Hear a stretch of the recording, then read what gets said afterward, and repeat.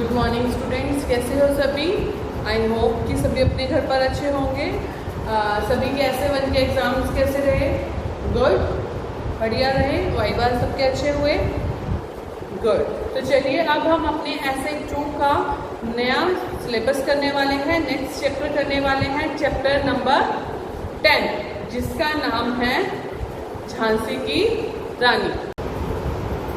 जिसका नाम है झांसी की रानी।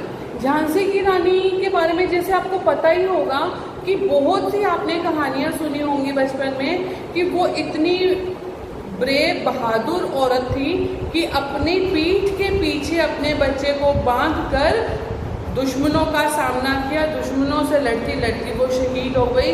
और वो इतनी ब्रेव थी, इतनी स्ट्रॉन्ग थी, इतनी बहादुर थी कि वो अपने दुश्मनों को हराने में बहुत ही सक्षम थी।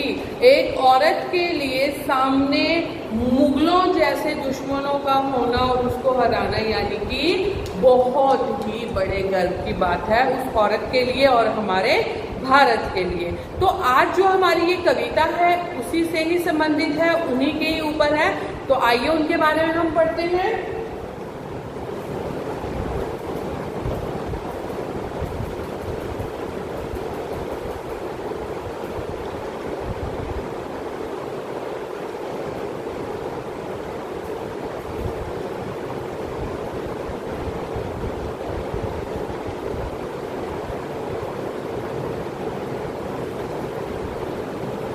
इसमें बताया गया है कि जो हमारा भारत है अत्यंत प्राचीन देश है। इसे सोने की चिड़िया भी कहा जाता है। इस धरती पर राम, कृष्ण, बुद्ध, महावीर, गुरु नानक आदि महापुरुषों ने अवतार लिया। यह धरती रानी लक्ष्मीबाई, राणा प्रताप, शिवाजी, पृथ्वीराज चौहान जैसे वीरों की जन्मभूमि है। प्रथम स्वतंत्रता संग्राम में अनेक वीर नर नारियों ने अपना बलिदान कर भारत के लोगों में स्वतंत्रता प्राप्त करने की चाह को जगा दिया।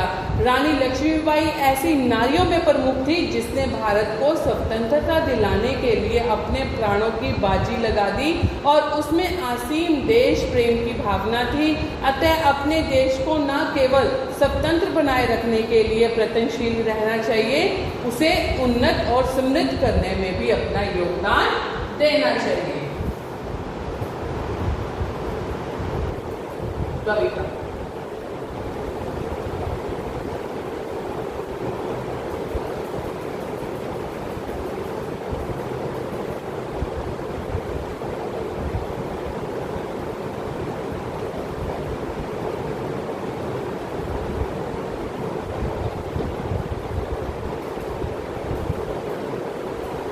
सिंहासन भी उठे राजवंशों ने, बिगड़ी तानी थी। उठे भारत में भी आई फिर से नई जवानी थी। घूमी हुई आजादी की कीमत सबने पहचानी थी।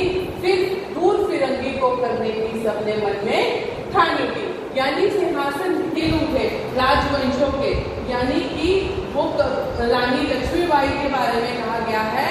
जब वो मैदान में आई तो उसने अच्छे अच्छों के सिंहासन हिला दिए। हमारे बूढ़े भारत में, हमारा भारत जो बूढ़ा हो गया है, अपनी लड़ाई से, अपने बहादुरी से उसने नई जवानी भर दी है। घूमी हुई आज़ादी की कीमत थी, यानी कि सब जो भूल गए थे कि हमें कभी आज़ादी मिलेगी या नहीं मिलेगी, उसके बारे में भी हमें पहचान दी थी। हमें बताया था कि हम आज़ादी को अपनी बहादुरी से पा सकते हैं। दूर फिरंगी को करने की, दूर फिरंगी यानी जो अंग्रेज लोग, जो मुगल शासक आता था, फिरंगी थे वो, उनको दूर भगाने की हमने अपने मन में ठानी थी। चमक उठी सन 57 में, यानी कि 57 की बात की गई है। चमक उठी सन 57 में वह तलवार पुरानी थी। मतलब वो जो चमकी थी वो तलवार पुरानी थी। बुंदेले खरगोलों के मुंह हमने सुनी जो कहानी थी, यानी कि बुंदेला और खरगोलों के मुंह से झांसी की रानी के बारे में हमने सुना था। खूब लड़ी मर्दानी वह तो झांसी वाली रानी थी, यानी कि जो वो रानी मर्दों की तरह लड़ी थी वो कौन थी? झांसी की रानी लक्ष्मीबाई।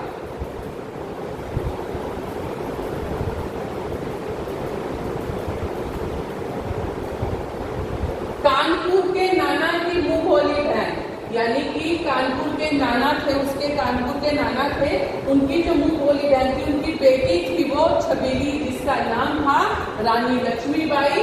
लक्ष्मीबाई नाम पिता की वह संतान अकेली थी, अपने पिता की वो संतान अकेली थी। नाना के संग पढ़ती थी वह, नाना के संग खेली थी, बच्ची ढाल कृपाण कटारी उसकी यही सहेली थी। यानी कि ये सारे औजार लड़ने वाले उसके क्या थे, सहेली थी। वीर शिवाजी की गाथाएं उसको याद जवानी थी, शिवाजी की जो गाथाएं थी, जो उनके वचन थे, उसको जवानी याद थे। बुंदेले हर बोले के मुंह हमने सुनी कहानी थी, खूब लड़ी मर्दानी वो तो झांसी वाली रानी थी। लक्ष्मी थी या दुर्गा थी, वह स्वयं वीरता की अवतार।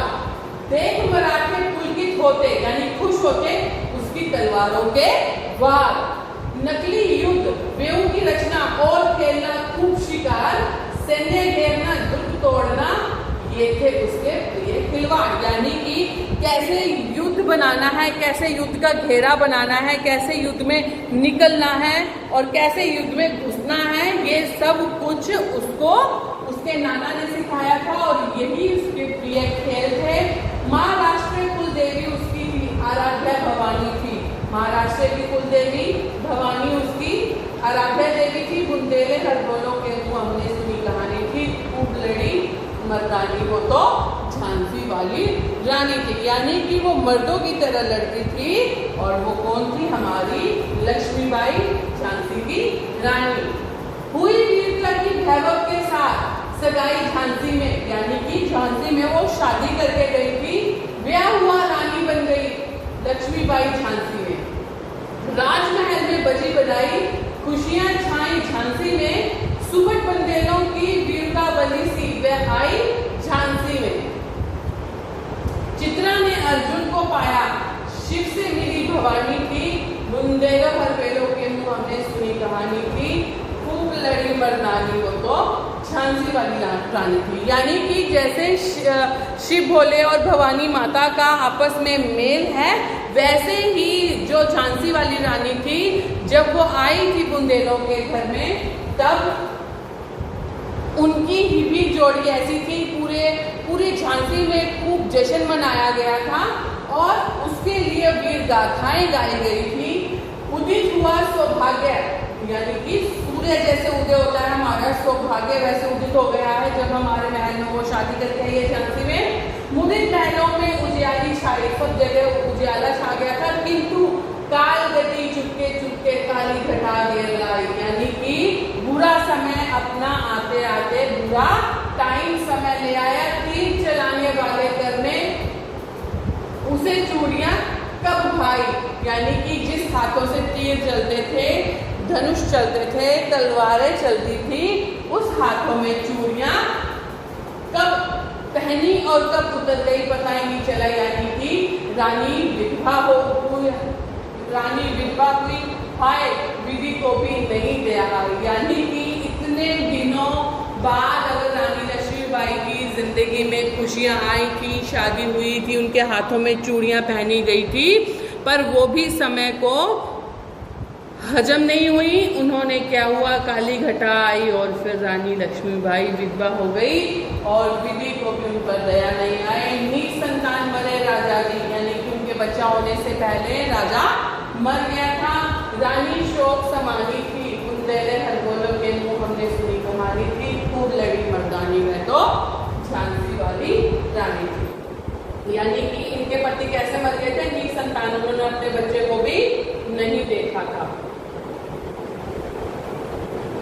बुझा दी झांसी का तब डलहौजी मन में हर्षाया, यानी कि जब झांसी का राजा मर गया तो डलहौजी बहुत खुश हुआ कि अब ये झांसी मेरी हो गई है। राज्य हड़प करने का उसने यह अच्छा अवसर पाया, फौरन फौजी भेजी, दुर्ग पर अपना झंडा फहराया। लावारिस का वारिस बनकर ब्रिटिश राज्य झांसी आया। अश्रुपूर्ण रानी ने देखा झांसी हुई वीरानी थी, बुंदेले हरबले मुंह से हमने सुनी कहानी थी, खूब लड़ी मर्दानी वह तो झांसी वाली रानी थी। यानी कि जब झांसी का राजा मर गया तो डलहौजी को ये हुआ कि अब झांसी में कौन है, अब झांसी का देखभाल कौन कर सकता है, तो अब तो मेरे लिए और भी आसान हो गया है झांसी पर कब्जा करना। अभी रानी लक्ष्मीबाई के आंसू भी नहीं सूखे थे कि डलहौजी ने वहाँ पर अपना झंडा फहरा दिया। और उसके बाद जब रानी लक्ष्मीबाई ने सोचा कि उसने तो झांसी को लावारिस समझा है, ये नहीं हो सकता, और रानी ने अपनी तलवार को उठा लिया।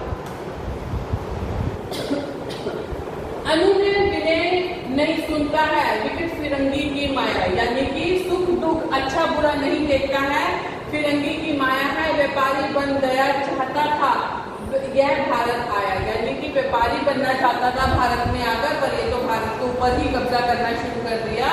डलहौजी ने पैर पसारे, अब तो पलट गई काया, राजाओं नवाबों को भी उसने पैर ठुकराया, यानी कि उसने आकर अपनी इतनी हड़प मचा दी थी भारत में, हर कोने कोने में वो अपना राज चाहता था। जैसे आपको पता होगा जब आप पढ़ते हो स्वतंत्रता से पहले यहाँ पे अंग्रेजों का राज था, तो उन्होंने ऐसे ही धीरे धीरे यहाँ पर आकर अपना राज जमाना शुरू किया। रानी दासी बनी है दासी अब महारानी की, बुंदेले हलबोलों के मुंह हमने सुनी कहानी थी, यानी कि वो रानी को दासी बनाना चाहता था, पर रानी क्या थी, रानी तो रानी थी, इसलिए अपने रानी बने रहने के लिए, रानी ही मर जाने के लिए लड़ी और उनके सामने अपनी मर्दों जैसी हिम्मत को दिखाया।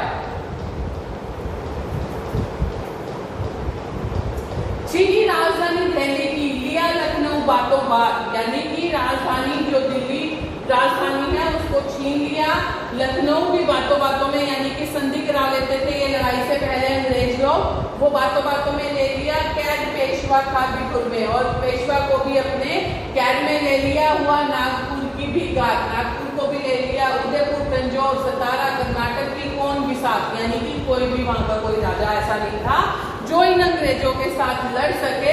जबकि सिंध पंजाब ब्रह्मा पर अभी हुआ था ब्रजनिपात, यानी कि अभी उनसे लड़कर इसी सिंध पंजाब और ब्रह्मा के लिए उनके साथ लड़ाई हुई थी, और उनका भी उन्होंने अपना कब्जा कर लिया था। बंगाल, मद्रास आदि की भी यही कहानी थी, यानी कि उन्होंने सब जगह लड़ाई कर करके, किसी से संधि करके, लड़ाई करके कब्जा कर लिया था।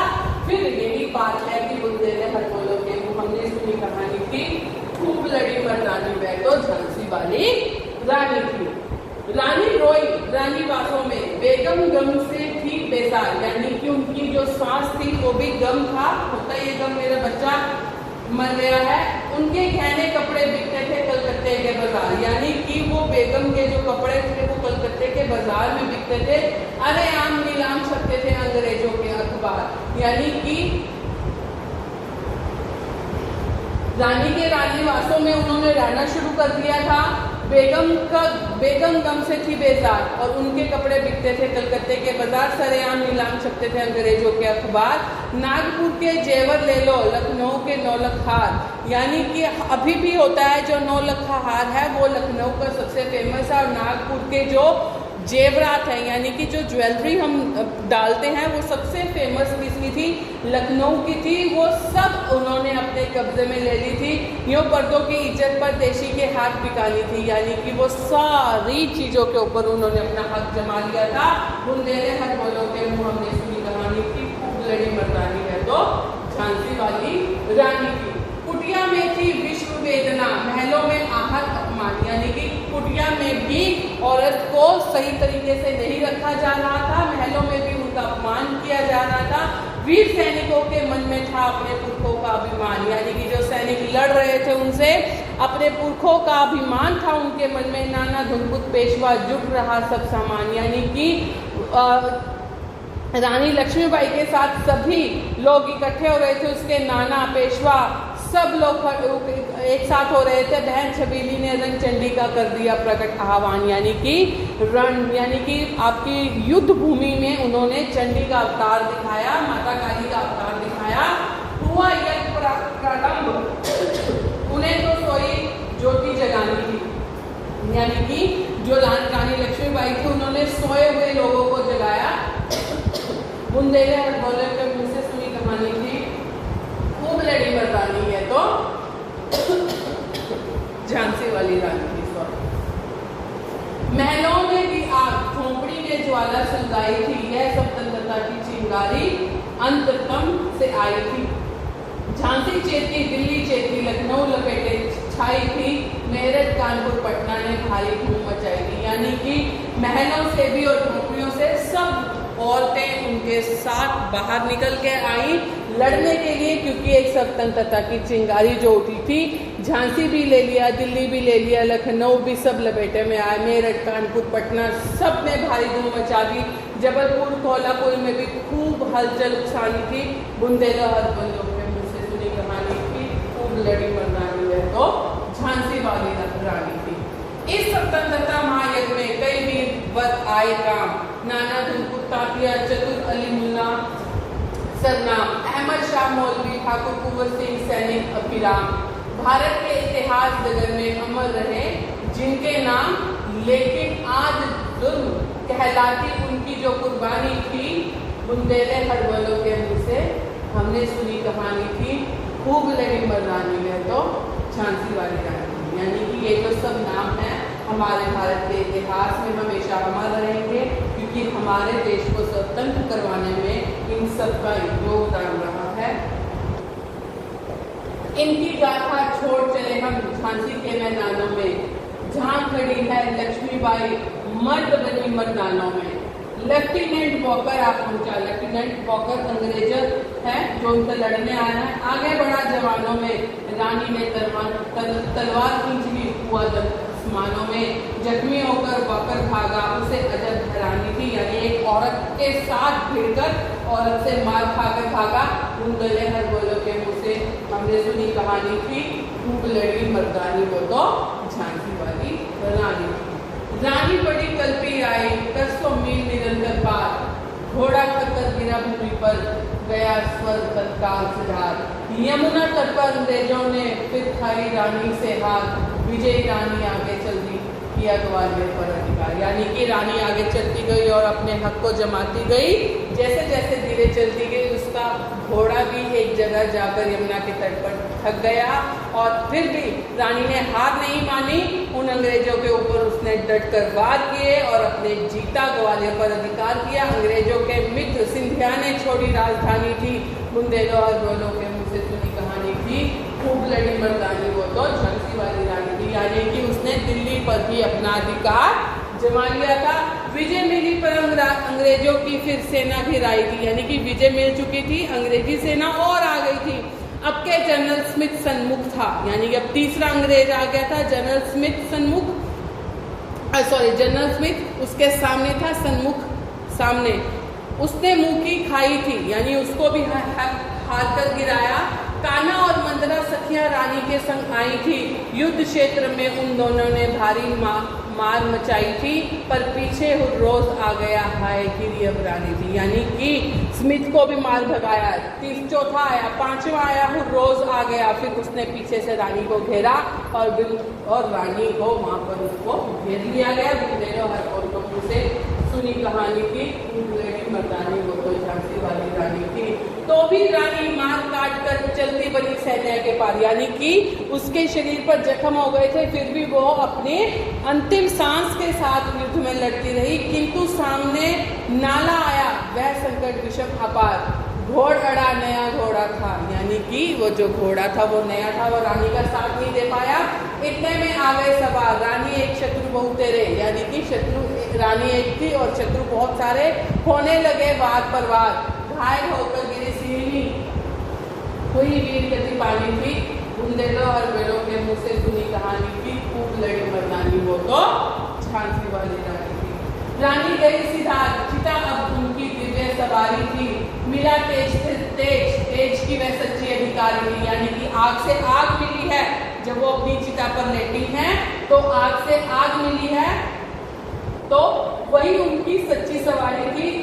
अभी उम्र कुल 23 ही थी, 23 साल की थी वो। रानी लक्ष्मीबाई मनुज नहीं अवतारी थी, हमको जीवित करने आई वह स्वतंत्रता नारी थी। दिखा गई पर सिखा गई हमको जो सीख सिखानी थी। बुंदेलों हड़बलों के मुँह हमने सुनी कहानी थी, खूब लड़ी मर्दानी वो तो झांसी वाली रानी थी। जाओ रानी याद रखेंगे हम कृतज्ञ भारतवासी। यानी कि हम भारतवासी उनका ये मोल नहीं दे सकते, उनको धन्यवाद नहीं कर सकते वो जो हमारे देश के लिए करके गई हैं। यह तेरा बलिदान जावेगा स्वतंत्र अविनाशी होवे चुप इतिहास लगे, सच्चाई को चाहे फांसी हो बदमाती विजय मिटा दे गोलों से चाहे झांसी, तेरा स्मारक तू ही होगी तू खुद अमिट निशानी थी, बुंदेले हर वेला मुंह से सुनी कहानी थी, खूब लड़ी मर्दानी वो तो झांसी वाली रानी थी। यानी कि उसकी स्मारक बनाएगी, उसकी अमिट निशानियां जो कभी नहीं मिट सकती निशानियों के बारे में बताया गया, और उसको अपने स्वतंत्रता संग्राम के बारे में भी कहा गया कि वो हमारे स्वतंत्रता भारत को स्वतंत्रता दिलाने वाली सबसे अहम नारी, मुख्य नारी थी, जिसका नाम की सुनहरे अक्षरों में भारत के लिए लिखा जाएगा। ये जो कविता है, ये कविता किसने लिखी है? हमारी श्रीमती सुभद्रा कुमारी चौहान जी ने, जिनका जन्म 1904 में प्रयाग के उत्तर प्रदेश में हुआ था। बचपन से वो काव्य ग्रंथों से विशेष रुचि व लगाव था। उन्होंने क्राफ्ट्सवेट गर्ल्स कॉलेज में शिक्षा प्राप्त की थी। उनका अधिकांश समय जबलपुर में बीता। सन 1919 में उनका विवाह हो गया। निवासी ठाकुर लक्ष्मण सिंह चौहान के साथ पति पत्नी दोनों ने मिलकर स्वतंत्रता आंदोलन में बढ़ चढ़कर भाग लिया। वे कई बार जेल भी गए। 1948 में एक दुर्घटना में श्रीमती सुभद्रा कुमारी चौहान का देहांत हो गया और इन्होंने बड़े ही सुंदर शब्दों में रानी लक्ष्मीबाई के बारे में हमें कविता लिखी और सुनाई। तो ये है हमारे कविता, ये है हमारी कविता रानी लक्ष्मीबाई। तो इसके बारे में आप और बहुत कुछ, यानी कि ये जो औरत की पावर है, हमें ये पढ़कर कविता सुनकर हमें बहुत ही आती है। हम भी इस तरीके से लड़ते हैं, हम भी अपने हक के लिए करते हैं, पर वो भारत के लिए लड़ी थी, हम अपने हक के लिए लड़ते हैं। हमें भी कुछ ऐसे काम करने चाहिए जो हमारे भारत के काम आए, जो हमारी भारतीय अंदर, वो हमारे अंदर जागनी चाहिए। हम भारत हैं तो भारतवासी ही हैं, तो ये हमारे अंदर होना चाहिए। ये कविता को आपने अच्छे से पढ़ना है, समझना है। अगर फिर भी कुछ नहीं समझ आता तो आप मेरे से दोबारा पूछ सकते हो। इसके बाद हम वैसे ही करेंगे, अपने शब्दार्थ, वाक्य बनाओ और क्वेश्चन आंसर। Thank you.